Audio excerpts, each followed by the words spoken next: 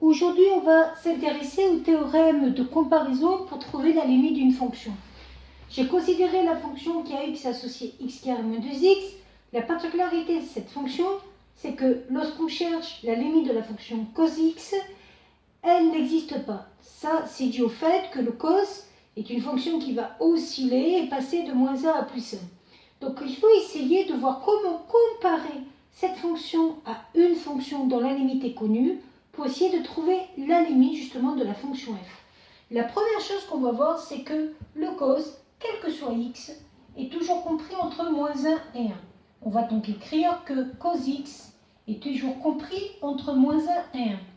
Je constate après que j'ai l'expression moins 2 cos x. Ça veut dire que je vais multiplier les termes de cette inégalité par moins 2.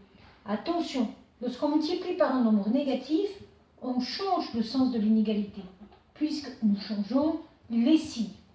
Et ensuite, il me suffit de rajouter l'expression x au carré pour arriver au résultat que je souhaite. Et j'arrive donc à f de x comprise entre deux fonctions qui sont celles-ci. Alors on pourrait se dire qu'on peut utiliser le théorème de Gendarme. C'est vrai, la limite à droite et la limite à gauche sont les mêmes, elles sont égales toutes les deux à plus l'infini. Alors j'ai parlé de droite et de gauche parce que les inégalités ici sont inversées. Mais moi je vais utiliser quelque chose de plus intéressant. Je vais prendre cette inégalité.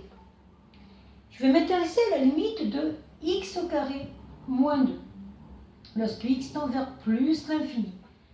Un infini, quand on le met au carré, ça reste un infini, moins 2, ça ne va pas bouger. Donc ça tend vers l'infini. Et qu'est-ce que j'ai? J'ai une fonction f qui est plus grande que cette fonction, qui elle-même tend vers plus l'infini.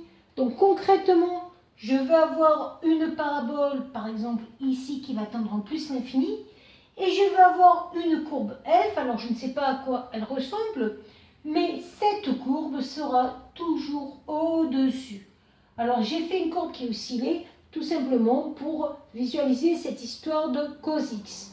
Si là j'ai une courbe qui monte à l'infini, je vais donc avoir une courbe ici de la fonction f qui va tendre vers plus l'infini.